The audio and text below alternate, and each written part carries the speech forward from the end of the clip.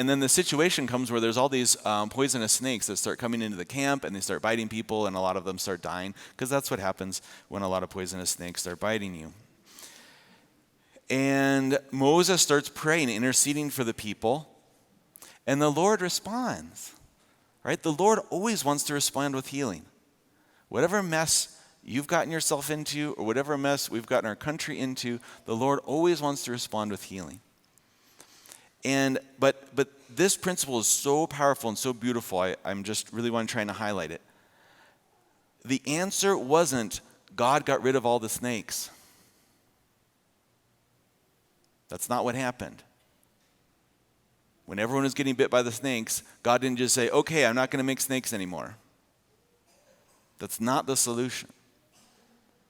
The solution was, he says, take an image of what's killing you, and he said, raise it up, and he said, anyone who looks at it with faith will be healed of the poison that's already in them.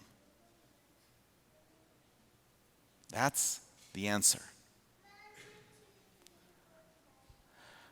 And then we hear Jesus in John chapter 3, right? Very famous John chapter 3, talking to Nicodemus before John 3:16, right? Before it. Jesus says, just as Moses lifted up the serpent in the desert, so must the Son of Man be lifted up, so that everyone who believes in him may have eternal life. So all of us who've already been infected with sin, we look upon him who looks like sin, right?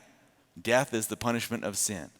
Death is the consequence of sin. So someone who's there and he's suffering, he's dying, he's got the curse of the thorns upon him, everything looks wrong in this situation. But we look at that and we believe. He says, everyone who believes in me may have eternal life. And we believe, Jesus, this is what I deserve because of my sin. And I also believe that you did this in my place, and that I can live forever if I receive you and I worship you and I love you with all my mind, heart, soul, and body, and I live in a state of grace every day of my life.